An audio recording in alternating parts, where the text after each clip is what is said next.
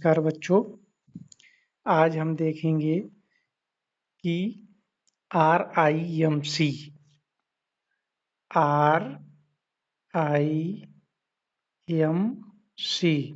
यानी राष्ट्रीय Indian military college के एडमिशन फॉर्म 2025 के लिए आ चुके हैं। यह एग्ज़ाम साल में 2 बार कराया जाता है। एक बार होता है जून में, एक बार होता है जून में और सेकंड फेज में होता है दिसंबर में। ठीक, दिसंबर में होता है और ये जो दिसंबर वाला फॉर्म है वो आ गया है। ठीक है, इसके बारे में चर्चा करेंगे कि कौन बच्चे फॉर्म डाल सकते हैं, कौन से बच्चे फॉर्म नहीं डाल सकते हैं और क्या इसकी एलिजिबिलिटी है। ठीक है, क्या इसका एज होना चाहिए बच्चों का, किस एज के बच्चे डाल पाएंगे, क्या क्वालिफिकेशन है, सारी जानकारी आपको इस वीडियो में देंगे। चलिए बने रहिए अंत तक। देखिए, ये स्कूल है राष्ट्रीय भारतीय सैन्य कॉलेज। ठीक है, इसको कहते हैं राष्ट्रीय, भारतीय का मतलब इंडियन, सैन्य का मतलब होता है मिलिट्री, सी का मतलब कॉलेज। ठीक है, इसका शॉर्ट फॉर्म है RIMC। ठीक है, इसे रिम्स कहते हैं और इसको विस्तारित रूप से कहते हैं राष्ट्रीय भारतीय सैन्य कॉलेज यानी राष्ट्रीय इंडियन मिलिट्री कॉलेज। ठीक है, अच्छा ये है कहाँ? ये देहरादून में है। ठीक, उत्तराखंड में है, देहरादून में। ये ऑल इंडिया में ओनली कितना है? 1। एक ही कॉलेज है ये पूरे भारत में, ओनली एक कॉलेज है। ठीक है, अच्छा अब इसके बारे में देखते हैं कि क्या कहा इसने कहा कि राष्ट्रीय भारतीय सैन्य कॉलेज जुलाई 2025 के सत्र के लिए 8वीं कक्षा में प्रवेश के लिए क्या लिखा है? अगली परीक्षा कब होगी? दिसंबर में। ठीक है, 1 दिसंबर 2024 को। ठीक, कह रहा है कि राष्ट्रीय भारतीय सैन्य कॉलेज जुलाई 2025 के सत्र के लिए 8वीं कक्षा में प्रवेश के लिए अगली परीक्षा 1 दिसंबर 2024 दिन रविवार को होगी। ठीक है, फिर आगे क्या कह रहा है कि इसमें जो विषय हैं, परीक्षा जो 1 दिसंबर को होगी, ये 1 दिसंबर 2024 रविवार को जो परीक्षा होगी, इसमें क्या पूछेगा, उसका सिलेबस क्या रहेगा? देखो, इसमें सिलेबस होगा अंग्रेजी, ठीक, गणित, ठीक, सामान्य विज्ञान। आगे बात समझ में? और इंटरव्यू, साक्षात्कार 50 नंबर का। ये जो इंग्लिश है ये 125 नंबर की होगी। ठीक, इंग्लिश 125 नंबर की होगी। मैथ 200 अंक का होगा। सामान्य ज्ञान 75 अंक का होगा। ये वाला ऑब्जेक्टिव होगा, जीके ऑब्जेक्टिव होता है। ये मैथ और इंग्लिश डिस्क्रिप्टिव होती है, जैसे हम लोग बोर्ड एग्जाम लिखते हैं। ठीक है, ये समझ लीजिए। और जो बच्चा ये एग्जाम क्रैक कर जाएगा उसके बाद उस बच्चे का ये 50 अंक का इंटरव्यू होगा। इस हिसाब से ऑल ओवर मेरिट ये जब बनती है, ठीक, उसके बाद लिस्ट बच्चों की जारी की जाती है। और बता दें, ये जो सब्जेक्ट हैं अंग्रेजी, गणित और सामान्य ज्ञान, इन हर सब्जेक्ट में 50% क्वालिफाइंग मार्क है। ठीक है, ये जो नंबर हैं इनमें से सब में 50% नंबर लाना है, तभी आप मेरिट में जोड़े जाएंगे। ऐसा नहीं एक में तो 125 में 125 ले आए और 75 में तुम 10 भी नहीं ला पाए तो आप बाहर हो चुके हैं रेस से, ऐसे मान लीजिए। इस प्रकार ये RIMC का जो टोटल पूर्णांक होता है वो 450 नंबर का होता है। ठीक, और एक चीज बता दें, इसके लिए केवल कक्षा 8 के लिए ही फॉर्म पड़ता है। जो कक्षा 7 पास कर चुके हों, या फिर कक्षा 7 में पढ़ रहे हों। ठीक है, अच्छा, अब ये क्या कहते हैं, आयु सीमा, ये कहते हैं, सुनो देखो, राष्ट्रीय भारतीय सैन्य कालेज देहरादून में प्रवेश पाने के लिए छात्र एवं छात्राओं दोनों आवेदन के पात्र हैं, चाहे गर्ल्स हो चाहे बॉयज हो, दोनों पात्र हैं फॉर्म डालने के लिए। ठीक। अच्छा, फिर क्या कह रहे हैं, उनकी, अब देखो, फिर कह रहे हैं कि उम्मीदवार की आयु 1 जुलाई 2025 को 11.5 वर्ष से कम और 13 वर्ष से अधिक कैसी होना चाहिए, अधिक नहीं होना चाहिए। ठीक है, ध्यान देना, आयु सीमा। ठीक, ये आयु सीमा ध्यान देना, 1 जुलाई 2025 को 11.5 वर्ष, ठीक, 11.5 से कम नहीं होना चाहिए और 13 वर्ष से अधिक नहीं होना चाहिए। ऐसे जान लीजिए, अधिक नहीं होना चाहिए। अर्थात उम्मीदवार का जन्म 2 जुलाई अर्थात अर्थात उम्मीदवार का जन्म 2 जुलाई 2012 से पहले और 1 जनवरी 2014 के बाद नहीं होना चाहिए। समझो बात को, कि ये कह रहे हैं कि उम्मीदवार का जन्म 2 जुलाई 2012 से पहले नहीं होना चाहिए और 1 जनवरी 2014 के बाद नहीं होना चाहिए। ठीक है, ये तो आयु सीमा की क्या हो गई, लिमिटेशन हो गई। ठीक। अच्छा, अब क्या कह रहे हैं ये, अब कह रहे हैं परीक्षा पैटर्न क्या है इसका। देखो, जो मैथ का होगा, ठीक, पेपर, एक पेपर अलग अलग होंगे, 3 पेपर हैं, तीनों अलग अलग होंगे। मैथ के लिए 9:30 से 11 बजे तक का समय दिया जाएगा, यानी कि 2 आवर का। ठीक है, 2 आवर्स का पेपर मैथ का होगा। ठीक है, सामान्य ज्ञान के लिए 12 से 1, यानी कि ये 1 आवर का होगा। ठीक। अच्छा, और अंग्रेजी के लिए कितना, 2:30 से 4:30, ये भी अंग्रेजी भी 2 आवर का होगा। ठीक, यानी 3 पेपर होंगे, 3 पेपर होंगे, तीनों अलग अलग होंगे, ये जान लीजिए।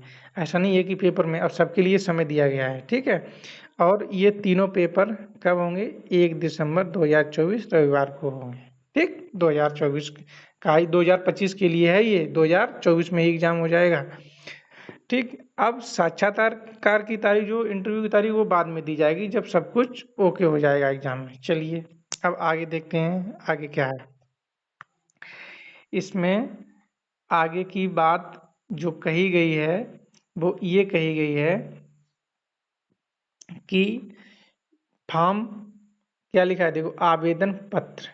ठीक है, लिखा है कि आवेदन पत्र और विवरणिका पत्रिका एवं पुराने प्रश्नोत्तर राष्ट्रीय भारतीय सैन्य कॉलेज गढ़ी कैंट देहरादून से प्राप्त कर सकते हैं। अब वो कैसे फॉर्म और उसका पूरा डिटेल और बैक ईयर क्वेश्चन पेपर, ये क्या लगेगा, पुराने प्रश्न पत्र। ठीक है, ये कैसे मिलेंगे आपको, फॉर्म भी, और बताएं, इसका फॉर्म ऑनलाइन नहीं होता है। ठीक है, ऑनलाइन नहीं होता, ऑनलाइन नहीं होता है, ये जान लो, ऑनलाइन नहीं होता है, इसका फॉर्म ऑफलाइन होता है। ठीक है, ऑनलाइन करके केवल आप ये मंगा सकते हैं और इसी के साथ आपके फॉर्म आएगा प्रोस्पेक्टर में, वो फॉर्म भर के तब आप भेजेंगे।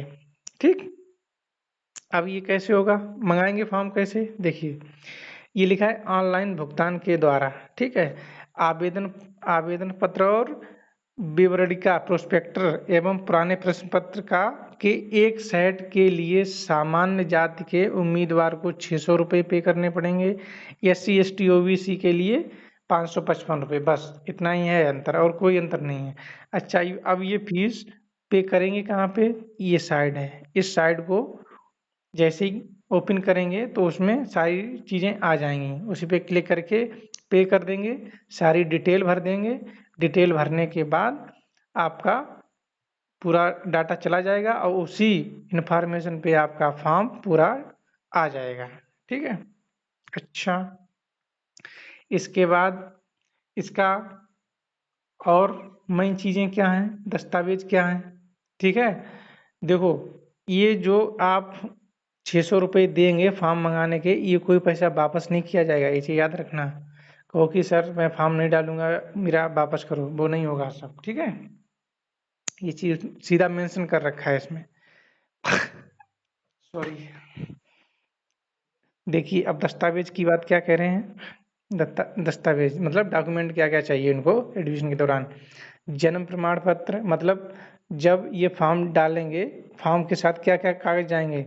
जन्म प्रमाण पत्र जाएगा, ठीक। मूल निवास पत्र जाएगा, SC ST जो भी सर्टिफिकेट है वो जाएगा, और जिस स्कूल में बच्चा पढ़ रहा है उसका एक प्रमाण पत्र बन के जाएगा, फोटो सहित। लिखा होगा, देखो लिखा है फोटो सहित, उस पर एक कागज होगा, उस पर स्कूल वाला ये लिखेंगे कि हमारा ये बच्चा हमारे स्कूल में अध्ययनरत है, फलाने क्लास में है, और इसकी मतलब फोटो वोटो पूरा प्रमाणित करके लग जाएगा, वो साथ में जाएगा, ठीक है। प्रमाणित करेंगे कि हमारे स्कूल में ये बच्चा पढ़ रहा है फला क्लास में, और ऐसे ऐसे एड्रेस है, इस स्कूल का नाम है। बस फोटो लगा देंगे और उस पर अपनी सिग्नेचर कर देंगे, सील मार देंगे, बस हो गया प्रमाण पत्र, और कुछ नहीं है उसमें, ठीक है। उसके बाद क्या होगा इसमें, देखो आवेदन पत्र के साथ उम्मीदवार का आधार कार्ड जमा करना अनिवार्य है, और जमा ना कर पाने पर उम्मीदवार का आवेदन पत्र रद्द कर दिया जाएगा, ठीक। इसी के साथ क्या होगा, 2 पासपोर्ट आकार की फोटो होगी, ठीक है। फिर ये तो जो फॉर्म के साथ डॉक्यूमेंट लगेंगे वो ये हो गए हैं सारे, इतने डॉक्यूमेंट फॉर्म के साथ जाएंगे, ये कंपलसरी है। अगर ये नहीं गया तो फॉर्म रिजेक्ट हो जाएगा, ऐसे मान के चलिएगा। अब आगे क्या कह रहे हैं ये कि फॉर्म, भाई फॉर्म तो है सब ठीक है, लास्ट डेट कब है। ये कह रहे हैं कि आवेदन पत्र 2 प्रतियों में भरकर अपने अपने राज्य सरकार को 30 सितंबर 2024 तक, ये 12 जुलाई को नोटिफिकेशन दिए थे, ठीक है। 12 जुलाई को नोटिफिकेशन दिए थे, 20 जुलाई से फॉर्म आ गया था, ठीक है। 20 जुलाई से स्टार्ट हो गया था। अब ये 20 जुलाई से लास्ट तारीख है फॉर्म जमा करने की 30 सितंबर, ठीक। 30 सितंबर, इस तारीख 30 सितंबर 2024 तक फॉर्म को जमा कर, मतलब उनके ऑफिस में पहुंच जाना चाहिए, ठीक है। ये तो जमा करने की बात हो गई है। और इसमें देख लें और क्या इम्पोर्टेंट चीज़ें हैं, और तो कुछ नहीं ऐसा है। जो महत्वपूर्ण डेट हैं वो यहाँ पे दी गई हैं, देखो जो भी मैं बताया हूँ वही है सब। देखो प्रेस नोट जो आया था वो 20 जुलाई में आया था फॉर्म, ठीक। उसके बाद ये कह रहे हैं आवेदन पत्र स्वीकार करने की अंतिम तिथि, देखो 30 सितंबर है, ठीक। 30 सितंबर तक हर हालत में उनको फॉर्म रिसीव हो जाना चाहिए, ठीक है। उसके बाद परीक्षा तिथि, ये परीक्षा तिथि है, ये परीक्षा तिथि 1 दिसंबर को है, ठीक है। और साक्षात्कार की जो तारीख है वो भी घोषित की नहीं गई है, वो तो आगे बताएंगे। ये तो इसका पूरा फॉर्म का डिटेल हो गया, ठीक। अब अब इसमें क्या है, कोई नई चीज़ अब नहीं हमें लग रही है, और ये बहुत इम्पोर्टेंट डेट है, 1 दिसंबर 2024, दिन रविवार है, इस दिन आपकी परीक्षा होगी, ठीक। एक बार फिर बता दे रहा हूँ, ये कक्षा 8 के लिए फॉर्म जाएगा, जो कक्षा 7 में बच्चा पढ़ रहा है या पढ़ चुका है वही फॉर्म डालेगा इसमें। और डालेगा कौन, जो 1 जुलाई 2025 को साढ़े मतलब 11 सही 1/2 यानी 11.5 11.5 वर्ष की बात कह रहा है ये। 11.5 वर्ष से कह रहा है कि 11.5 वर्ष से कम नहीं उम्र होना चाहिए, और 13 वर्ष से अधिक नहीं होना चाहिए, ठीक है। ये कह रहा है। और जन्म किसके बाद होना चाहिए, कह रहा है कि 2 जुलाई 2012, 2 जुलाई 2012 से पहले नहीं होना चाहिए, 2 जुलाई 2012 के बाद जन्म होना चाहिए। और इसी के साथ कह रहा है कि 1 जनवरी 2014 के बाद नहीं होना चाहिए, इससे पहले होना चाहिए। अरे बात समझ में, ये एज का बहुत बड़ा इशू है। ये मान लो इसमें आधे बच्चे, आधे क्या मैक्सिमम बाहर हो जाते हैं, नहीं डाल पाते बच्चे। ये चीज़ बहुत ध्यान रखना, 1 जुलाई 2025 को 11.5 वर्ष का बच्चा हो जाना चाहिए, ऐसे मान लो, इससे कम का नहीं चलेगा। और फिर कह रहे हैं कि 2 जुलाई, फिर कह रहे हैं 1 जनवरी 2014 को 13 वर्ष से अधिक नहीं होना चाहिए। अरे बात समझ में, ये खूब दिमाग से सोचना बात को, अच्छे से निकालना आयु को। सीधी एक बात ये याद रखना कि मेरा बच्चा अगर 2 जुलाई 2012 के बाद उसका जन्म हुआ है मेरे बच्चे का, और वो कक्षा 7 में 7th में पढ़ रहा है या पढ़ चुका है, और उसका जन्म 2 जुलाई 2012 के बाद का है, तो वो एलिजिबल है। सीधी सी बात ये जान लीजिए। ठीक। अच्छा, शिक्षडी योग्यता ही तो बता ही दिया हूँ। ठीक है, और कुछ इसमें विशेष है नहीं, सीधा लिखा है देखो। लिखा है 7वीं कक्षा में अध्ययन रत्न या 7वीं कक्षा पास किया होना चाहिए। अरे बात समझ में, कह रहा है 1 जुलाई 2025 को किसी मान्यता प्राप्त, कोई भी स्कूल हो, सरकारी हो प्राइवेट, मान्यता होनी चाहिए उसकी। ठीक है, वो कक्षा 7 में या पढ़ चुका हो या पढ़ रहा हो, लेकिन 1 जुलाई मतलब 1 जुलाई तक अगर कक्षा 7 में पढ़ रहा है तो 1 जुलाई तक कंप्लीट हो। 6 में पढ़ रहा है तो वो 7 में आ जाएगा 1 जुलाई को। तो जो बच्चा कक्षा 6 में है वो भी फॉर्म डाल देगा, ये जान लो। कक्षा 6 में है वो 1 जुलाई को कंप्लीट कर लेगा अपना, और जुलाई अगस्त में सत्र लागू हो जाता है। उसमें सॉरी, जनवरी जनवरी फरवरी मार्च अप्रैल, अप्रैल में नया सत्र चालू हो जाता है, और जुलाई में तो सब कंप्लीट कर लेते हैं भाई। ठीक है, सबका हो जाता है। तो 6 वाले भी एलिजिबल हैं, और 7 में जो पढ़ रहा है वो भी एलिजिबल है, और जो 7 कर चुका है वो भी एलिजिबल है। लेकिन शर्त यही है कि ये आयु सीमा, इसको विशेष ध्यान रखना। चाहे कर चुका हो, चाहे कर रहा हो, चाहे 6 में हो, लेकिन आयु सीमा यही लागू होगी, ये जान लो। सबसे बड़ी बात ये है। अच्छा, और एग्जाम बारे में बता ही दिया है कि 3 पेपर होते हैं, तीनों तीनों लिखित होंगे। मैथ, इंग्लिश और साइंस आपका ऑब्जेक्टिव होगा। ठीक है, और कुछ नहीं है। ये जो मैथ है ये दिखाते हैं आपको, देखिए लिखित परीक्षा है, गणित, मैथ, सामान्य ज्ञान, और ये है अंग्रेजी। ठीक, ये इंग्लिश का डिस्क्रिप्टिव होता है, मैथ का डिस्क्रिप्टिव होता है, और जीके का ऑब्जेक्टिव होता है। ठीक है, इसको बोर्ड की तरह फुल कंसेप्ट के साथ लिखना पड़ता है मैथ और इंग्लिश में, लेकिन जीके ऑब्जेक्टिव होता है। ये पैटर्न है, और 1 दिसंबर 2024 एग्जाम होना तय हुआ है इनका। ठीक, और तो बात बाकी कुछ काम का नहीं है। और फीस देख लो एक बार, फीस क्या लगती है इसमें।